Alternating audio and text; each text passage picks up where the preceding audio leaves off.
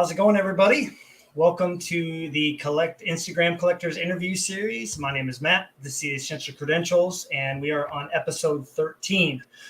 Last episode, we had Mark on here, who really gave us a wide variety of all the different things that he collects and how you can really use your personal experiences in life to talk about that. But I thought we'd switch it up a little bit and not only talk to a hockey card collector, but talk to somebody who many people that are going to be watching and who are watching now probably have heard of him. If you remember back when the Flames were really, really good and they had Mika Kipper on there was a young man who dressed up in full gear and would imitate his every move. And I didn't know about it and didn't know that this person was that young man, but I was able to chat with him and he agreed to come on here. So without further ado, Brendan Peters, how are you, dude? I'm doing fantastic. Thank you so much, Matt, for having me on the show. Really looking forward to this interview. It's been a long time since the last time I've been interviewed. It's been a really long time. So definitely looking forward to this time together and let the world know kind of what Brendan Peters, the Kipper kid, is up to nowadays. Right. Well, I have to say it was really nice for me to not have known about this prior to us chatting. We had some real fun interactions at the beginning because your account's fairly new, at least to me it was. And we would have these funny back and forths like, oh, hey, Brendan, it's me on Facebook, the guy from Instagram. But kind of just fresh eyes, hadn't really heard of you before beyond like, hey, this guy's got a really cool collection, great photography. He likes the same kind of cards I do with Fleury. And then to hear about your story, from you without it being like, oh, here's this guy who everybody's probably heard of. It was like, oh, here's a kid who got to live out my dream and everyone else's dream of their, supporting their favorite athlete. I'd have to say that was really refreshing. Do you still get asked about all that time as the Kipper kid that, when you were at all the home games and whatnot, when you go out now as an adult? It's amazing. And it never fails to blow my mind how people still remember me as the Kipper kid. Like I go out in public, I rock my Kipper jersey, and even just having, small conversations with people at a bar or at a game. And, people will look over and be like, hey, like, you remember that little kid that used to dress up like Kipper? So that's not you, is it by any chance? And go, yeah, actually, yeah, it is. Right. So it's amazing how people still remember that the whole Kipper kid legacy that people still remember to this day. It's pretty cool. Yeah, and I like that it's a positive thing too, and you enjoy talking about it. I think it's so many people, like I mentioned before, only dream about having the chance to, interact with their favorite player that way. And you happen to choose a player who is quite a reserved person in general, so it was pretty neat to see people kind of, see what Kipper is like through your eyes in essence, because you're sitting there imitating every single move of his. But we're not going to spend a lot of time going into that because I think a lot of people know about that already, but I did want to do kind of a recap. How did all that get started with you getting dressed up as Kipper, going to the games? You're standing in the aisleway, if I'm correct, or the walkway, so you can have lots of room to move and stuff. Can you just kind of give me the $5 version of how it started and why did you start doing that? Well, I mean, I always loved playing goalie, street hockey, mini sticks growing up as a kid. And so, of course, I had a set of goalie gear that I was using to play with my friends. And after, going to games and watching Kippersoft, my dad saw how much I idolized this guy. And one day my dad surprised me. He painted my goalie mask. He painted all of my street hockey gear to look just like Kipper's and basically said, here you go. Why don't you take it to one of the games that we go to? And, let's show Kipper how much, you really admire him and appreciate him. And so, I remember the first game I brought my gear to, I was definitely nervous thinking, this like 10-year-old kid dressed up, in full goalie gear going to the games. But I guess I wasn't really too worried about what other people would think. I would just kind of want to show off like, hey, Kipper, like I look up to you, I idolize you, and I want to be just like you. And that's kind of how the whole legacy started. And, even still to this day, that's kind of, I want to live on Kipper's legacy. And so that first year that I brought my gear to in 05-06, every single game that I dressed up, Kipper got a shutout. So I was kind of known around the Saddle Dome as Kipper's good luck charm. It was a pretty powerful experience. Like, we usually would save it for, a CBC hockey night in Canada, a Friday or Saturday night game. And I guess it was true that I was Kipper's good luck charm. Every game that I brought my gear to that first season, he got a shutout. So that was pretty cool. No joke. Well, I was telling you before the interview started that growing up and in high school, I played a lot of fantasy sports and fantasy hockey. That one year I completely dominated. I had him as my starting goalie. So thank you for all those shutouts, because I remember that. I mean, that was the same year. It's funny enough. But so just to clarify, you didn't do that every single time you went to watch him play? Or did you? No, but my dad and I had season tickets for a number of years. And so we kind of wanted it to be more of a special occasion type thing. Okay. And so we would save it again for those, Friday night, Saturday night, hockey night in Canada, or if we played Vancouver or Edmonton, we'd kind of save it for, those higher end games, I guess, just to make it a little bit more special.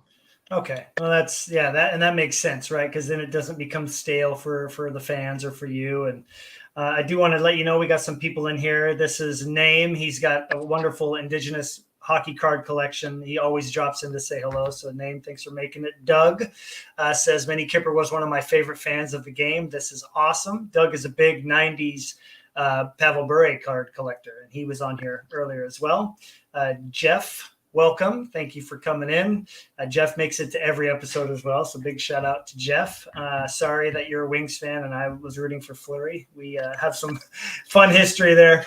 And then, of course, Al, who you got to meet at a card show there a few days ago. So and I think that's great that people still recognize you. It's fun because I'm a third grade teacher, and here I am watching these videos of you as a kid. You were 10 years old when you first started doing that, right? Yeah, 10, 11. Okay. Yeah, and it's neat to see, because as an educator, just like Al too, we kind of want to see where kids are going to go, and that's what the majority of this interview is going to be, is like, how has Brendan grown up? What is he doing now? What's his life like? How has his life been influenced? And I think that's one thing that I'm most curious about, like those experiences that you got to have that are so special and unique to most any fan that age. How has that influenced you, now looking forward? I mean, what kinds of things did it propel you to do getting out of high school and beyond? Well, what's really incredible is how the entire Kipper Kid legacy became my identity. And it's amazing looking back now how big of an influence that Mika had on my life, that he truly is the reason why I am, the way I am and where I'm at today. He, of course, got me into hockey. He got me into artwork, and that's kind of like the two biggest things that I'm doing right now is playing hockey and right now being a professional artist. That all started as a, 9-10-year-old kid from drawing his goalie masks. And so, that Kipper Kid identity never left as I grew up. Even, throughout junior high and high school, people are still in the hallways calling me, Mini Kipper, Kipper Kid. Teachers would call me Kipper instead of, Brendan. And so that identity has always stuck with me. And even to this day, I've got my friends' parents, I go over to their house and it's always like, hey Kipper, what's going on? Right? My friends that I play hockey with, it's always like, yo, what's up, Kipper? Mini Kipper, whatever. That's been my identity. And so I think that's pretty cool.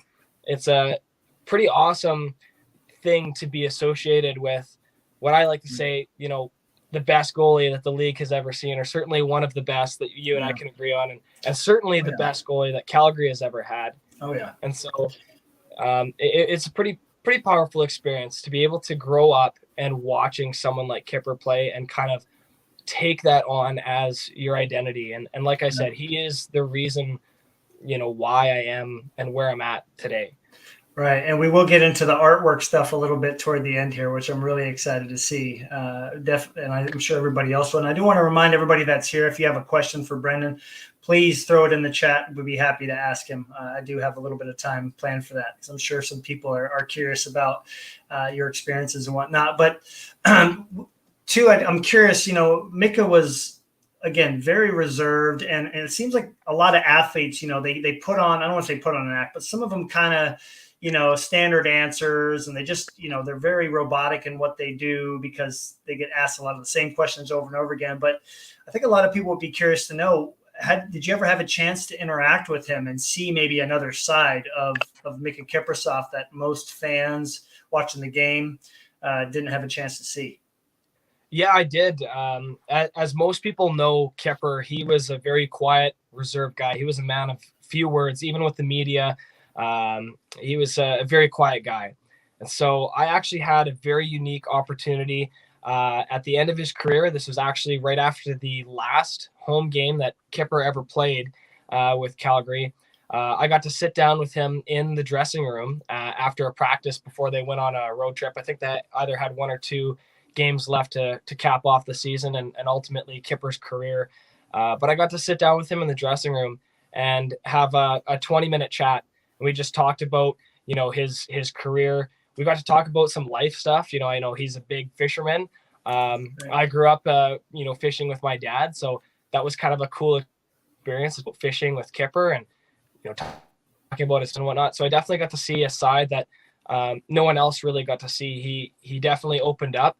And I think he was pretty honored knowing that, I was the kid that idolized him for the past 10 years. And that must have been a pretty cool experience for him too, to kind of meet that kid who basically looked up to him through his entire years in Calgary. Right. And did he mention, having seen, he had to have noticed you back there a few times. Did he usually do some kind of acknowledgement during the game when you were back there? Yeah, it was one of the coolest experiences. I remember, dressing up, Kipper would go do his rounds. He'd go to the bench, have a drink of water. And then as he'd start skating back to the bench, he'd look up and he'd give me a wink and smile or a nod. And nice. Even just that was such a cool experience to know that, right. He recognizes me and sees me for who I am and what I'm doing. And again, it was the entire thing about dressing up and mimicking him was for Kipper. It was to say, right. I look up to you, I idolize you, and I want to be just like you. And I think that he definitely appreciated that. Great. Well, that's wonderful to hear. It says a lot about him as a person too, that he took the time to do that each game that you were back there, and then to also spend time with you before he retired. Real quick, I think last question about prior to now, when he retired, did anything really change as far as your support of him, you playing the game? I mean, because I'm about to experience that with my favorite athlete. He's about to retire probably next year, and that's really when you support a player as passionately as you do and I do and Al and some of these other player collectors on here. I mean, it's a pretty big moment in their careers. How did anything change after he decided to hang him up? Well, there was a lot of talk throughout the media in 2013 about Kipper possibly retiring, possibly even being traded, which I'm so happy that Mika did not end up playing for another team. That would have been pretty heartbreaking to see him put on a different jersey. So I was happy to see Kipper retire in Flames colors. And I think, when I sat down with him in the dressing room, I didn't want to talk about his retirement. Even, when he was talking to the media, he didn't say anything. He didn't want to say, this is my last year. He didn't want to say anything. And so I kept that pretty light chatting with him. And I told him, I said, you know what? I grew up watching you the past 10 years. I said, whatever you decide to do, if this is your last year, I support you. And, I'm more than happy and being content with whatever you decide to do, because I had a pretty unique opportunity and experience to watch him for so long that, his legacy, that he left his mark, and that everything that he did. And it was almost, it was a really nice farewell to be able to Right. sit with him the way I did and say, you know what, I support you, whatever you want to do. So after he retired, uh, it was pretty quiet. It was tough to see other goalies kind of take on his spot. And the Flames have been through so many goalies. It's been really frustrating. I've kind of gotten attached to a few goalies that the Flames have had, but even still to this day, watching Markstrom and Vladar, it's not the same. You know, Right. just watching certain games, certain plays, kind of like, I miss Kipper. You know, and so it's true that the stamp that Kipper made on this team, certainly I have never forgotten it, and I don't think any hardcore Flames fan who remembers what Kipper did for this franchise should ever forget. Right.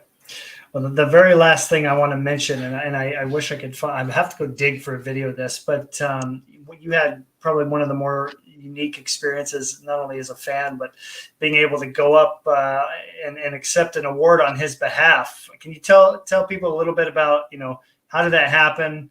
What was the award and what was that like for you? Yeah, so during the 2005-2006 season, that was the year that Kipper led the league in shutouts. He ended up winning the Vezina and the Jennings. So that was the first year I rocked the Kipper gear, and CBC actually contacted my dad and said, hey, so we want to get you and your son Brendan to come to the NHL Awards, basically on Kipper's behalf, because they knew that Mika wasn't going to be there. He announced prior that he wasn't going to be attending.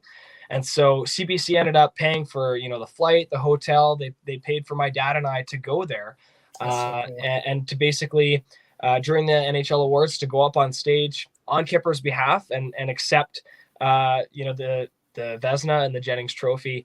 And that was a pretty wicked experience to be able to sit down with Ron McLean up on stage with literally millions of eyes looking at you as a 11-year-old kid. That was a pretty phenomenal experience that I'll never forget. But yeah, that was pretty cool to be able to be up on stage in place of your idol as a little kid. Oh man, I as soon as you told me about that the first time you mentioned it, I thought about that moment with Carey Price and that one young fan where I think the fan, somebody that was his mother or somebody was very sick in his family, and Carey Price not only took the time to say hi to him at the game during practice, but brought him on stage at the award ceremony and brought him to another game. And it was just, hockey players are the best. I know there's some other good players out there, but hockey players are the best, man. So that's great. And I'm curious, how was your public speaking after that moment? Did you have fun doing your public speaking things in class? Was it a lot easier for you when it was just 20 kids? Funny. When I was up on stage, like I was never nervous. I wasn't really thinking about, like all these people watching me. I'm on live TV. It kind of came natural to me, I guess. I mean, that whole season, I had so many people come up to me at the Saddle Dome asking me for pictures, and I was kind of getting used to being in the spotlight, even though that was never what it was about. It was never about being famous or getting in the spotlight.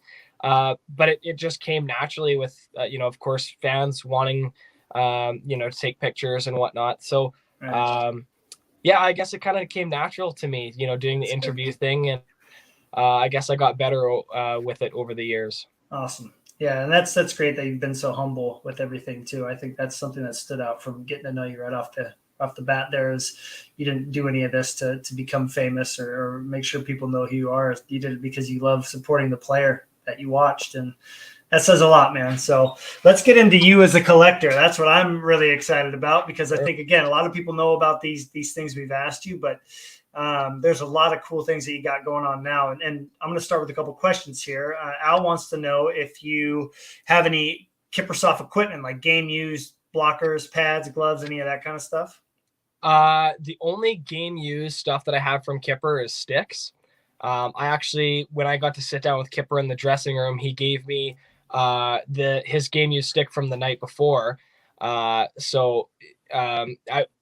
basically have Kipper's last stick that he used on the Saddle Dome ice in my collection, which is pretty cool. Awesome. I never got a chance to have any of his pads or blockers or anything like that. I think ultimately, if I had the money and the means, I would love to have a mask or two of his in my collection. But Yeah, I just the game used sticks. I have a few of them lying around. Right. And you do have a certain mask there that you showed me right before we went live. Do you have that sitting next to you right now? The mask that most people would know about? Yeah, yeah. So this is Yeah, let's see it. the last mask that my dad painted for me. So this is an old school street hockey mask that my dad painted for me that I wore in 2009. This was the last year that I actually rocked the Kipper gear in was the 2009 playoffs against Chicago. And I got Mika to sign it for me to Brendan with his nice signature there. And I still hold on to this mask as kind of that token to that last year that I wore the gear to last Awesome. year. So. That's so cool, man. And then we were joking. I was like, you got to get the thing put in like a display case. You're like, yeah, I played some street hockey for a while after he signed it. So, yeah, weird. We definitely change as we become adults. You know what I mean? Like back in those days, I probably would have done the same thing. So, Jeff is curious. I mean, your knowledge of goaltending is pretty good. We had a bit of a chat about that, but he's curious where you rank him as compared to Mike Vernon off the top of your head. You know what? Honestly, you can't compare the two. Like it's a totally different era that, Mike Vernon was one of the biggest reasons why the Flames made that run in 89. Right. There's ton of great goalies in the 80s and 90s and even in the early 2000s that, were a staple for their team back in the day. However, they wouldn't be able to keep up in today's NHL. It's kind of like, comparing, your Gretzky's, to, an Ovechkin. Like the game was so different that it would be almost impossible to rank. If you put a guy like Mike Vernon in today's NHL, there's no way that he would be able to hold his own. And that's nothing against Mike Vernon. It's just the style of the game has changed so much. Even in the last 5 to 10 years, it's become so much faster. So it's hard to compare goalies. So again, nothing against Vernon. But in terms of, modern day goaltending, like even though Kipper retired 10 years ago, I still feel that if he was playing today, he would be an elite goaltender, still putting up good numbers. Right. Well, and again, like you said, eras and styles. I mean, it's like saying a stand-up goaltender like Tom Barrasso would be able to do well now. And yeah, sure, he'd be able to adapt to the style, but if he were to play the same way, probably not. So, yeah, you bring up a good point. Well, as far as collecting goes, that's the first thing I noticed about you was your card collection. I'm going to pull up your Instagram account for everybody to take a peek at it here. Have you been collecting his cards ever since you were a fan of his, or did the collection really start afterwards? The card collecting is pretty interesting. As a kid, the hockey cards wasn't a big thing back then. I mean, I remember, going to school, like, grade 2, grade 3, grade 4, opening packs with friends. I guess it wasn't really the same. It's not collecting, these big name cards with, autographs and big patches and whatnot. So the collecting of the cards, definitely I got more into it later on, like well after his retirement. And even more so now. I think now that I have more money to spend on cards as I did, as a 11 and 12-year-old kid, you can't really go through eBay and buy, $200 cards. But of course now, being all grown up, I have the means of going to shows and being able to, connect with other collectors like yourself and, kind of add on to that collection. But I mean, I've been collecting cards for years and years. I think the big staple cards have come in more recently, just with the means of being able to connect with other collectors. Right. Well, and Instagram is a pretty big influencer too, right? I mean, have you found yourself, now that you've kind of really gotten into this community and started interacting with people, and you just had a really cool mail day the other day from a fellow Flames collector on Instagram. It's almost like an infectious thing, isn't it? It makes you even more attracted to the hobby and want to find more and more. Do you feel like it's affected you that way? Oh, absolutely. I wasn't it's funny. Yeah, the Instagram account actually came very recently, and I was kind of hesitant from the beginning because I didn't really want to show off my collection because it is quite personal to me, and it wasn't. I mean, from the beginning, I'm not really much of showboating. I don't want to show off. Again, it's all very personal. However, I thought it would be a great opportunity for me to connect with other collectors. Of course, I Yeah, met you through Instagram. Met that's right. met a lot of really wonderful members of the Mhm. sport card and collectible community, and so it's been a really rewarding experience. And of course, I've found lots of cards that I, of course, since added to my collection. So Right. I'm very happy that I ended up going ahead and grabbing that Instagram account and start throwing up my cards on there, and even through Facebook, connecting with lots of collectors and different groups, and just throwing out there like, say, hey, like I'm looking for Kippersoft stuff, and I've met a lot of great people even locally through different groups like that. That's awesome. Yeah, and that's the thing is just when you're getting into doing this through Instagram is really surrounding yourself with people who are not only really friendly people but are willing to kind of help out. I think that's been a huge influence for me, and a reason that my collection is where it's at is because people will reach out. I don't know if you've had this happen a lot yet, but people, they see a Kippersoft card for sale and they send it your way, and that's always kind of an honorable thing in my mind. Is like, okay, you thought of me, so now I want to be able to return the favor. And have you noticed that too, just in general with this community? Has been like, you just seem like they're a really positive group of people.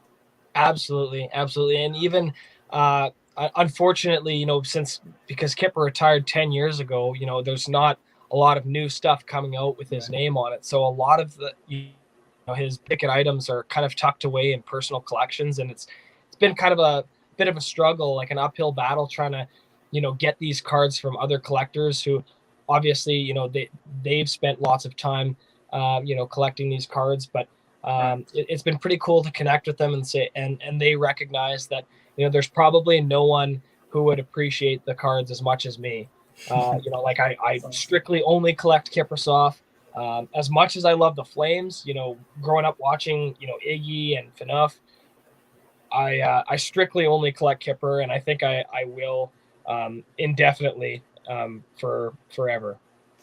That's great. I can definitely relate to that too. I have my own little side PCs, but they're for personal reasons because I like the athlete that I'm collecting. It's not just because the cards look cool or they're worth a lot. It's definitely a very personal connection to those cards.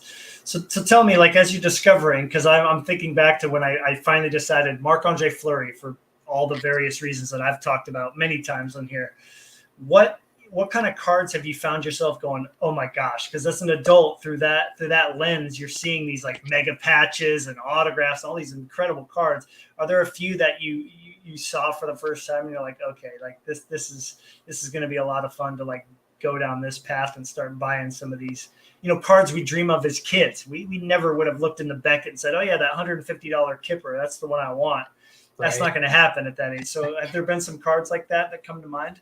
I mean, my all-time favorite series has always been the Artifacts, the Upper Deck Artifacts. I love Yeah. the Rainbow series. Like they come out with all these different colors, variations. Your ruby, emerald, sapphire, etc. The different patch variations. The dual jersey, dual patch, patch tag.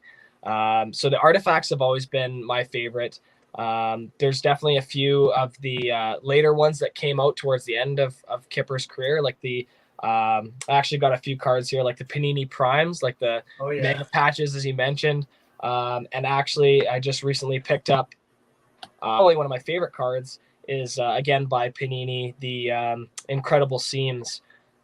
So I guess I'll hold up a couple cards here. So this is one of the most recent pickups that I've had, number 2 of 7. And what's actually really interesting about this card, the photograph that is on the front and the back as well, Mm-hmm. was the game against Detroit that I actually went to. And that was the last game that I brought my gear to. So I decided to dress up one last time. The year that Kipper retired for, I think it was the second last home game. Again, with all the hype of Kipper possibly retiring, this was kind of the last goodbye. So I dressed up and the original pictures from this card, I'm actually in the background. So no way. yeah, so that's kind of a cool piece of history to look Great. back on a card that's 10 years old, and to know that I was standing literally like 15 feet behind Kippersoft dressed in my gear. So that's kind of a cool little piece of history. Here's that Panini Prime, like these mega patch cards. I totally love. I have a few of these from this series that I'm always, of course, looking to add. And then, of course, the Upper Deck artifacts. This one's numbered out of 9. The dual patch, and then, of course, the parallel. This one's numbered out of 15. This is kind of the last series that I'm looking to add to. Again, like the last series of artifacts that Kipper is a part of. So I'm always looking to collect more Kippersoft stuff. I mean, again, like those artifacts are kind of the number one on my list, but pretty much anything I don't have, including the stuff when he played for San Jose. Like I'm a big fan of watching Kipper's old games with San Jose. So everything and anything I don't have, I want to add to my collection pretty much. Here's a fun question for you, because I went through this in my head when I first decided Marc-Andre Fleury. If Kipper had gone and played 1 year or 2 years for, I don't know, make up a random team, the Blues, or, gone back to the Sharks or the Kings or something like that, would you be collecting those cards as well? I would say for sure. They definitely. It would almost leave a sour taste in my mouth, though, to see Kipper wearing another jersey. The only way that I would be, we'll call it okay with it, is if he went back to San Jose, back to his roots where, he was a rookie where he first started playing. That would have been pretty cool. But to see him rocking like a Blues jersey, or like there was talks about him going to the Maple Leafs, like, oh man, that would be horrible seeing Kipper wearing Maple Leafs colors, man. So I would definitely still be collecting that stuff. But again, I'm just so happy that he ended up retiring with Calgary.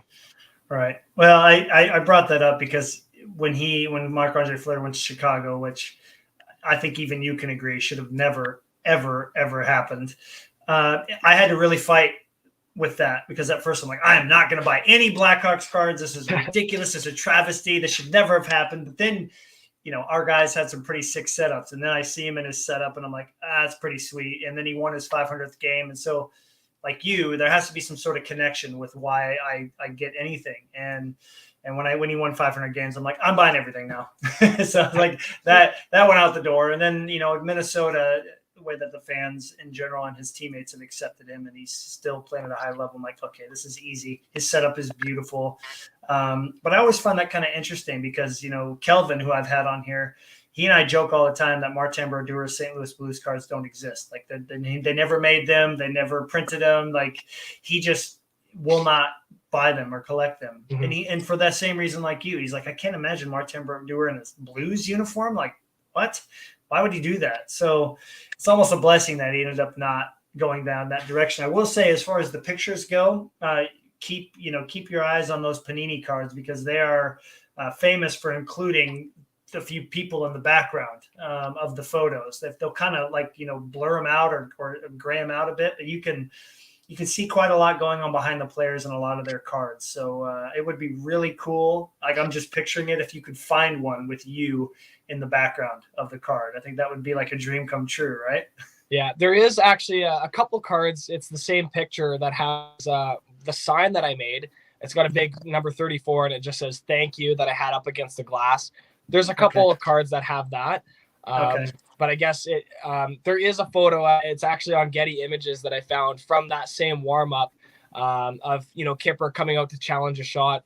And then you can see me up in the background standing behind Kipper, which is pretty cool. That is awesome. I will definitely have to go find that after we're done chatting. A couple people, Name said he went and followed you on Instagram, so that's great. Awesome. Thanks for doing that, Name. And then Tim says those stories really elevate a PC. Tremendous Kippers. I mean, that I know, again, I can relate to this. Every single card you get in, and I can already tell, like, I like that you post base cards still. You're not just posting all these mega cards of Kipper. You're posting every one because they each are so significant to you, and that's going to carry your collection a long way and keep you motivated. Every single card will be exciting, and I got a chance to be on Jeremy Lee's show, and I talked about that. And a lot of people don't collect like we do. A lot of people like to just kind of spread their wings and pick up these cards and these cards, which is great. But you look at a guy, like Al, and then us, and the name too. I mean, there's very deep personal connections with every single card, and boy, that's a way to get the most out of collecting, don't you think? Absolutely, and it's true. Yeah. Like I do try to humble myself as much as I can throughout my day to day, but I would make an argument that it would be tough for someone to appreciate anything Kippersoft as much as me. I know there's a ton of huge Kipper fans out there that I was actually pretty blessed to have met up with, and we've kind of traded some Kippersoft stuff. But it is true that when you grow up as a kid from basically 8 or 9 years old to I was like 16 when he retired. Being able to watch Kipper for such a long time, like he was such a huge staple in my life. And again, like I said, he's the reason why I am the way I am today. So I would definitely say that anything Kippersoft, like I appreciate on the absolute highest level. Awesome. Well, I have to say, I was thinking to myself, like, man, what would it be like to run into him or have a chance to talk to him now that you're an adult? Now that you're all grown up, you're doing a lot of different things in life than you were back then. Have you had an opportunity to try to chat with him now that you're an adult, or has that just not really come to pass yet? I mean, that would be an amazing dream to be able to connect with Kipper. I honestly, I mean, I've heard stories. I'm pretty sure Kipper's back out in Finland. I've heard stories that he was coaching hockey. Not too sure if he's been back around Calgary. I remember he actually made an appearance at one of the Flames games, kind of an impromptu made an appearance, and good old Beasley, introduced him, and he kind of waved to the crowd. I'm not too sure if Mika is still kicking around Calgary. If I had the opportunity to connect with him now that I'm 26 years old, that would be amazing. So that I can kind of explain my story and kind of let him know that even still to this day, 10 years after his retirement, I'm still living his legacy. I'm still rocking the number 34 on all my jerseys. And that would be an amazing experience to connect with him. Sure, for sure, man. Well, I hope that he does like a signing or some kind of thing where you can, I don't know, like bring the mask or something. Like, hey, he'll probably know who it's you right off the get go. You do look a lot like yourself when you were much younger. I mean, it was immediate when you sent me pictures. I'm like, oh yeah, I mean, it's easy to tell that that's the same person. But that would be really kind of a full circle moment. And one of the coolest things about you now is that you'd be able to share about what you're doing with your life now, which of course we know about all the Kipper stuff. But when you shared with me what your career is now, I'm like, okay, that kind of makes a lot of sense. Would love for you to have a chance to talk a little bit about that and how you got started in the artistry that you're doing. Absolutely. So again, as a kid, like we're talking like grade 2, grade 3, grade 4, I remember, having sleepovers with my buddies. I'd have friends that would come over, we'd play NHL on the, the good old Xbox. Oh yeah. We'd play mini sticks, we'd play street hockey. And then we would like design goalie masks. So like I remember printing off like blank templates of goalie masks, and we would just spend hours with pencils and pencil crayons just designing goalie masks. And of course, me being partial to Kippersoft, I always loved his masks, the classic flaming skulls on the side, and of course the iconic either Kipper on the chin or the skull on the chin. And of course I grew up drawing his masks, and as I got older in like junior high and high school, I was started to design more artwork using the original artwork that was on his masks, like those classical flaming skulls. So Right. Ever since I was a kid, like I was designing these goalie masks, and it was a dream of mine to one day be able to paint a goalie mask. I thought that would be really, really cool. And so my artistic journey throughout the years has changed quite a bit, going from drawing to painting. But I always wanted to come back to goalie masks. And so the last couple of years, I've been really doing a lot of research into painting goalie masks. And I'm happy to say that I'm now living that childhood dream of professionally painting goalie masks. And Because I've only been doing it for a couple of years, I don't have any NHL goalies yet, but that would certainly be the goal, to do a mask or two in the NHL. But right now I'm staying busy doing lots of ball hockey, street hockey goalie masks, a couple, beer league masks. Oh yeah. It's a great way of building up the portfolio.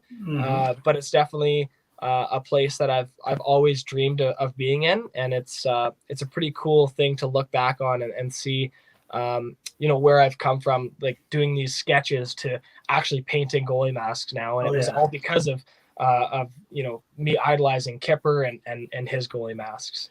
And for those that would like to follow this account, would you mind sharing the handle, and I'll pull it up on the screen for you? Absolutely. So it's Rhino Graphics. So it's RHINO.GRAFX, Rhino Graphics. All right. And any reason that you came up with that name specifically? It's actually funny. So my dad is a construction worker, and his construction business has always been Rhino framing. Okay. And so the Rhino kind of is a little bit of a homage back to kind of my dad. He's always been kind of my biggest fan, my biggest cheerleader growing up, and one of my biggest supporters. So the Rhino Graphics is kind of a bit of a homage to him. So I've done quite a few really cool masks lately, working with different Flames themes, and kind of experimenting with different reels and whatnot, just trying to get my name out there and trying to build up my portfolio. And I guess I have to say I'm pretty proud of the journey that I've come, and where I'm at now as an artist. And I feel like I've only just barely begun that journey, and who knows where this business endeavor will lead me. Oh, that's awesome to hear, man. And again, like bringing that same passion to your art as you did in supporting Kipper. I think if anybody were to see that and then know that they're giving you their mask, that they know that you would give it your very best. And that's just so neat to see how that's transitioned. You know what I mean? I mean, some people career choice has nothing to do with their passion as a kid, and sometimes it does. And it's really neat to see that you're going, full bore into this. Now I'm seeing some other things that you do here. I'm guessing the art behind you was all done by you. How does art inspire you now? And like when you're doing these masks, is there anything that, is it what the person is asking for, or do they just kind of give you like a generic, like, I would like it to kind of look like this, and you take it and roll with it? I think I've been pretty fortunate in my artistic career working with clients. A lot of people, they kind of trust the artist. They trust in the process. And so a lot of people say, hey man, I love your artwork. I love what you do. This is my favorite team. Run with it. Go do something with it. And so, I appreciate having a little more artistic freedom. It gives me opportunity to kind of represent myself as an artist, and not necessarily be so grounded with really tight restrictions. Although, of course, you're going to have customers who, they want what they want. And, I have to do my best to work with them and give them something that they'll love. Because at the end of the day, if they're going to be wearing it, I want to be able to give them something that they're going to be passionate about. Definitely. Well, I got a great question for you here, and it's Doug's helping me out. So which current NHL goalie's mask is your favorite in the league right now? That is a really good question. I'm going to have to go with Markstrom. I've been a huge fan of Jordan Bourgeau from J-Bo Airbrushing. Super talented airbrush artist that I would still love to get a chance to meet him. He is one of my biggest inspirations as an artist. His Instagram handle is J-Bo Airbrushing, if you want to pull it up. I know he's got some awesome reels of him doing Markstrom's mask. I know he did Carey Price's mask as well. And so I'd probably have to go with, Markstrom, using that classic, again, like the skulls and fire look.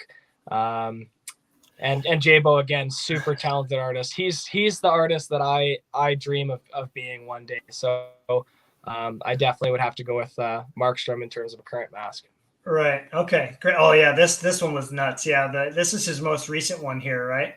Yeah, the retro, like the magma with the that cooling of the lava with like the bright red hot fire in behind. Yeah, Jordan did a phenomenal job on that mask. Wonderful. That is awesome. And I mean, I could sit here for probably 2 or 3 hours and ask about how these are done. I follow obviously Mark Andre's uh, mask painter, and then had a quick chat with him here and there. And it really sounds like, again, even somebody like Mark Andre trusts the artist. I've talked to him a couple times, Sebastian, and he goes, yeah, he says, I kind of want this, like, look at like something like this, like the wild beast mask that he wears now. He said, I just want an Andy Moog style beast, do whatever else you want with it. And then he's got the frog on the back. He's got his kids' names on there. His father, a quote from his father.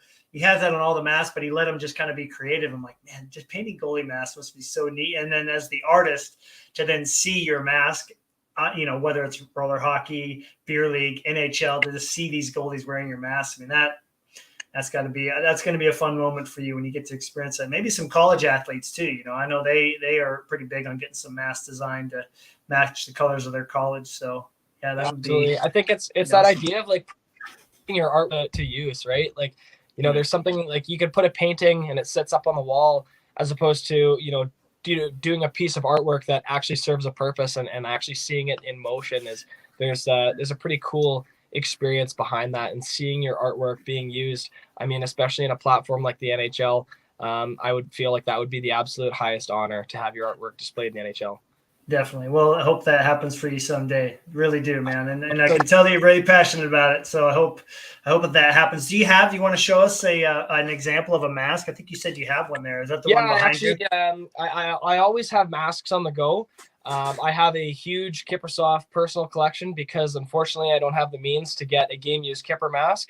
Right. I decided to do the absolute next best thing, which is paint a myself.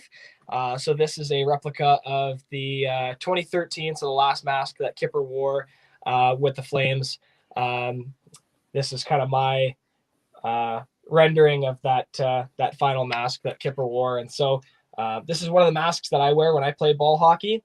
And of course, I rock my Kippersoft jersey. I rock the mask. Nice. And I guess that's kind of coming back to one of the first questions you asked is, that notoriety of people knowing me as the Kipper kid. People sometimes put two to two together, be like, man, you look just like Kipper. Like, you're not that little kid that used to dress up like him. Are you? And I'm like, I sure am. So it kind of put two and two together, right? So like that's awesome. This is me, continuing that legacy and kind of showing Kipper that, I'm still rocking your gear. I'm still looking up to you even this day. I emulate, my play style as a goalie.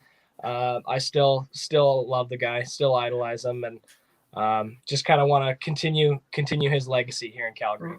Right. No, that's great. I hope again, I keep thinking to myself, he's got to see it again at some point. He's got to see that you're still keeping on. How long does something like that take you too, Brendan, that mask that you have back there? I mean, I'm guessing, I know it's in layering and I've seen some of the taping that you have to do and whatnot, but yeah, from start to finish, is this a week-long project, 2 weeks? Like, how long are we looking at to get a mask that detailed done? I mean, generally, like, I quote my clients like about 2 weeks to get a mask done. And I mean, like right now I'm just working from home. So, I mean, I've never really calculated all of my hours. I always have masks on the go that are in different stages. But usually I would say like 1 to 2 weeks, depending on how many hours I decide, to put into it. Like last night I was working till 3 o'clock in the morning. I guess this morning, 3 o'clock, working away. I've actually, I'll give you guys a sneak preview here. I'm actually working on a brand new Kippersoft mask for myself. Still in progress here. Still have a lot of work to do. But this is the mask that Kipper wore in the Olympics in 2010 there. So as you can see, I still got lots of work to do, but it's coming together. So I'm excited to see what it's going to look like when it's all done. Wow.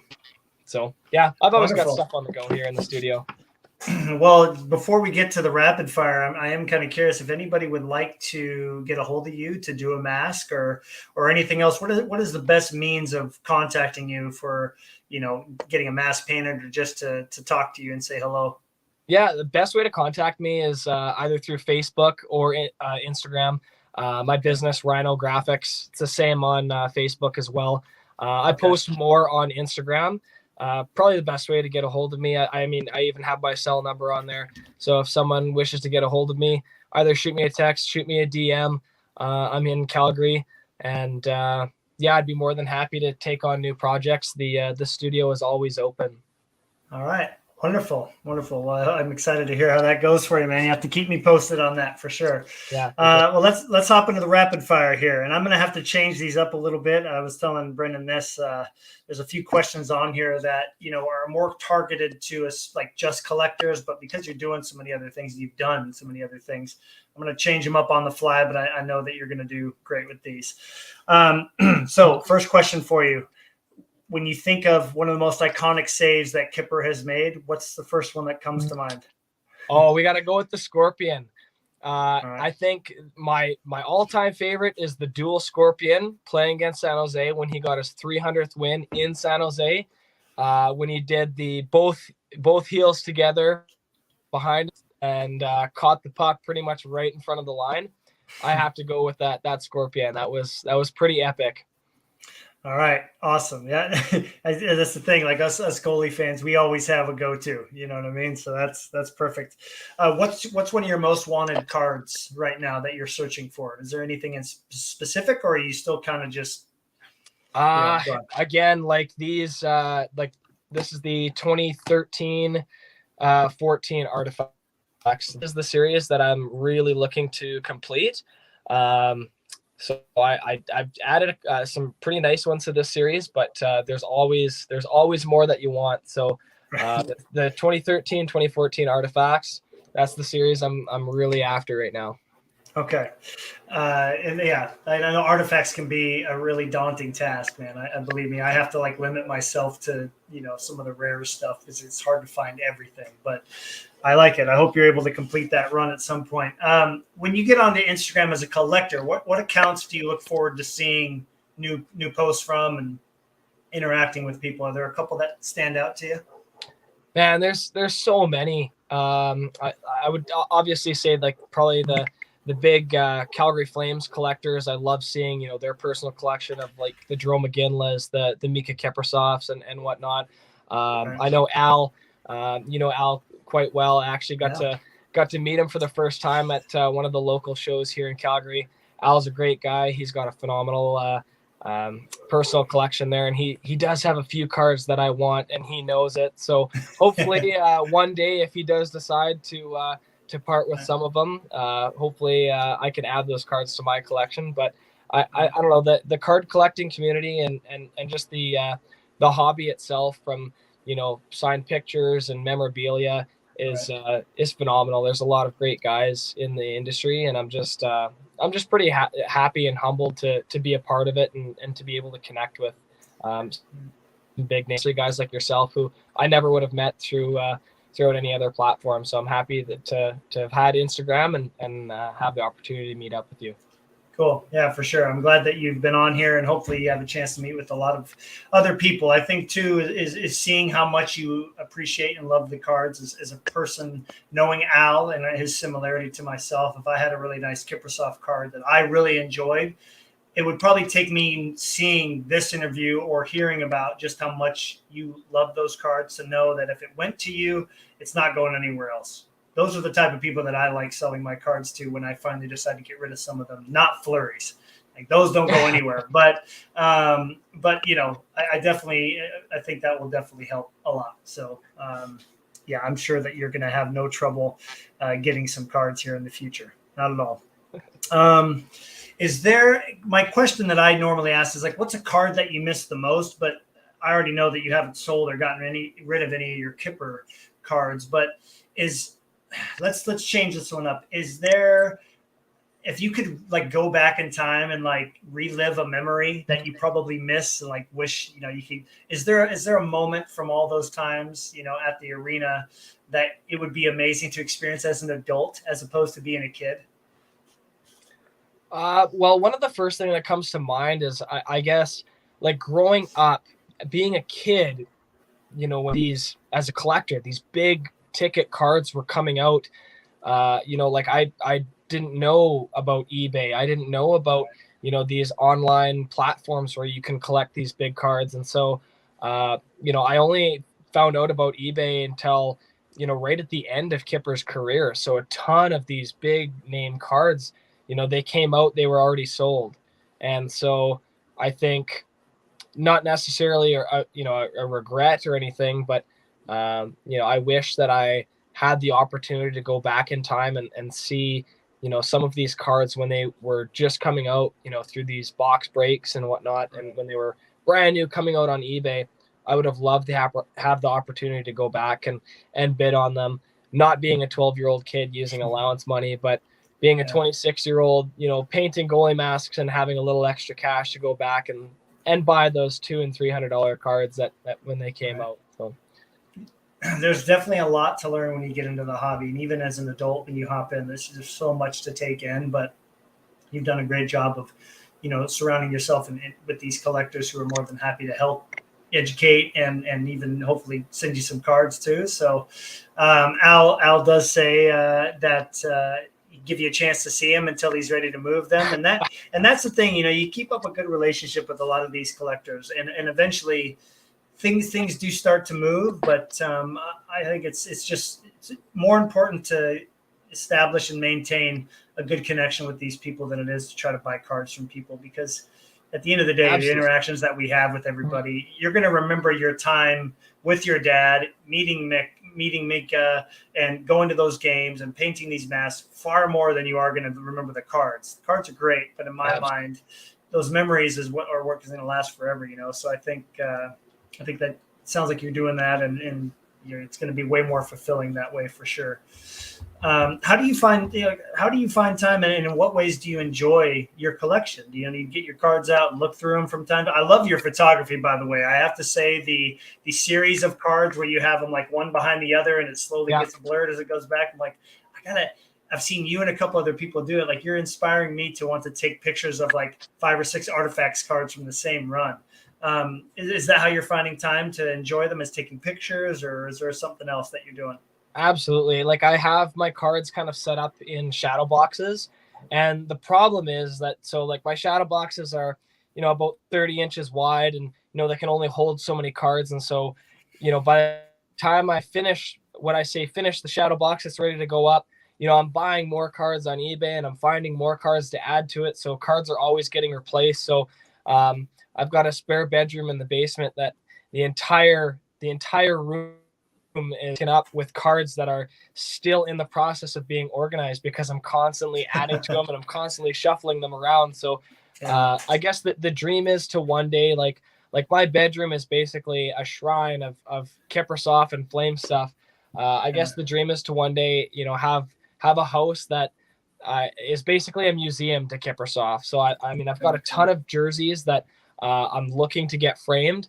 And then once they're all framed up, then I can start kind of getting them out, and then I can appreciate it more. But I definitely really appreciate what you said, is that, you can collect so many different things. You can have, game used, everything.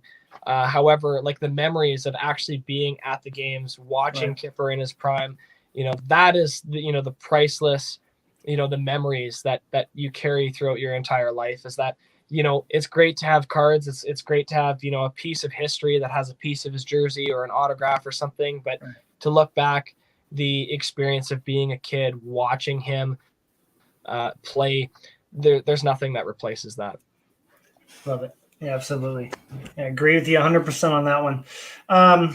It's going to be interesting to hear from you. You've been kind of entrenching yourself in the hobby now for a little bit here, but if you were to give a piece of advice to a young collector, a new or young collector trying to get into the hobby, what is something that you've kind of figured out right off the get-go that you would pass on to somebody else getting into it like you have recently? I think the best thing is don't be afraid to reach out, right? Like it is a huge community of a lot of people. Don't be afraid to reach out. Like I cannot tell you how many accounts that I've messaged just saying, hey, I appreciate your collection. I'm just wondering if you had any Kippersoft for sale or trade. And I would literally copy and paste that to tons and tons of accounts. And most of the time you're going to get a, no, sorry, I don't have this, or unfortunately, I'm not willing to move these cards right now as they're in my personal collection. Just getting your name out there and making connections, make connections with people, because you never know who people know, right? Right. And I think that would be the best way, is just get your name out there, make an account, and start reaching out to people. And it's an awesome community. It's super supportive, and I think that's one of the most rewarding things about the hobby is being able to connect with like-minded people, other collectors who are really passionate about it, and just be able to share, your experience and your journey, and you never know where it's going to lead you. Absolutely. No, that's that's something. It can be intimidating to reach out to these people who have these massive collections, and not being able to meet them face to face first. But yeah, definitely is something to be said for taking the time to connect with everybody on Instagram. And again, my experience too, 95% or more are going to be more than gracious and get back to you. And sometimes that initiates a real fun conversation about a game they went to, or a card that they remember pulling, and oh yeah, wait, I do have this Kippersoft card or something. You just never know. Exactly. Yeah, you never know. So again, you mentioned like carrying on his legacy. You've been doing that so well for all these years. But when let's say by the time your business really gets going and thriving, how do you want people though to view you as a person? Like people meet you for the first time when they leave from meeting you for the first time, or they meet you again after all these years. What type of impression are you hoping to impose upon other people when you meet them? That's a really good question. Like I said earlier, I try to humble myself. I try, the best I can be. I want to be able to, help and support and give back to the community. And I think that's one of the great things about being an artist who works with clients, is that, ultimately, I am still doing artwork for myself, but I'm also doing artwork for others as well. And I think that is a really good calling in my life, is to be of service to people. And I think I've made really good connections over the years. And I think it would be good for people to look at me as someone who, is obviously very passionate about who I am and what I do. And I take pride in my work, and I just want to be the best person that I can be. And I hope that people are able to recognize that.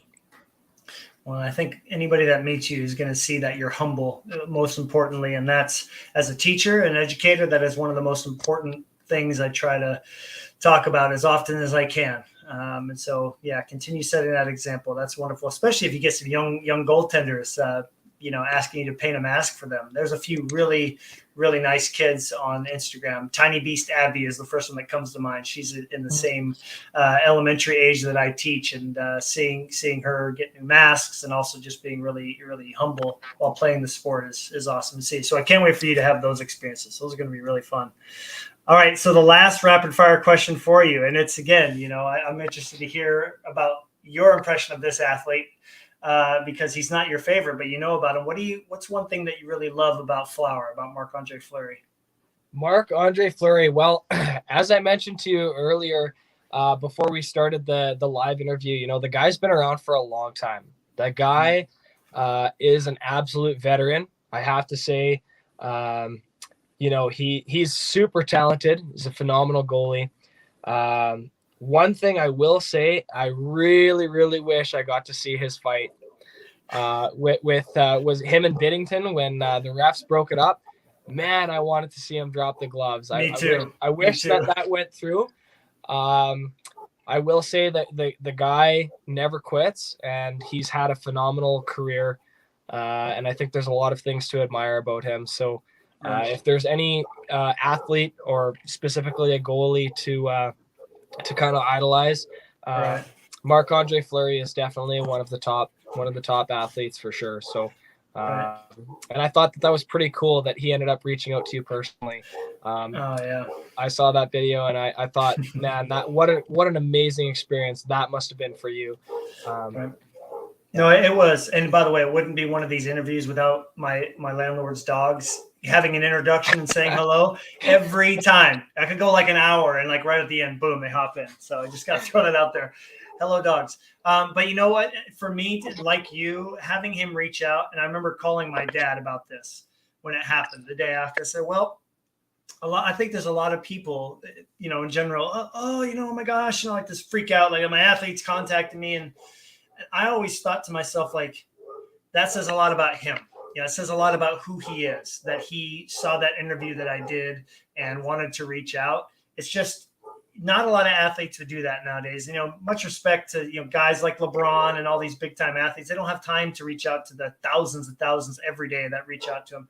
I get that. But, I think our favorite players, they had that in them when they would take the time to acknowledge the people who support them the most. And that's a memory that I will cherish forever. I would love to be able to meet him, and not just to sign this and get this and whatnot, like most kids would want to do. That's totally cool. But just sit down with the guy and have a chat. I had Aaron on here, crease collector, and he got to actually meet Jonas Enroth and just hang out and have some coffee and talk about life. And like you said, going fishing with Kipper, that's the kind of stuff I want to know about, and I hope that a lot of young fans and athletes that look up to these players look to get to know them on that level, as opposed to thinking they're these all incredible godlike people. Like, they're just human beings like we are, you know what I mean? Exactly. And they're in the spotlight, and you are a perfect example of that. I think there's people who probably would have taken advantage of that and carried themselves with kind of a big-headed attitude, and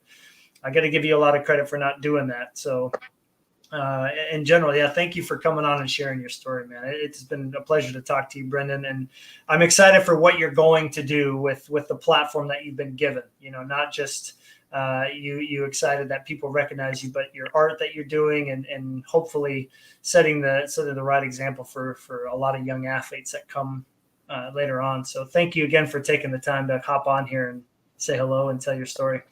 I genuinely appreciate it, Matt. Thank you so much for this platform, for the interview, for me being able to, kind of express kind of what my journey has been like for the past, handful of years, especially since Kipper is retired. A lot has changed, but a lot remains the same. So thank you again for your time. And I'm pretty excited to see, what's in store for me in the future. I think if I just keep going, again, keep my head in the right path and carry that passion, especially with my artwork and the goalie mask business.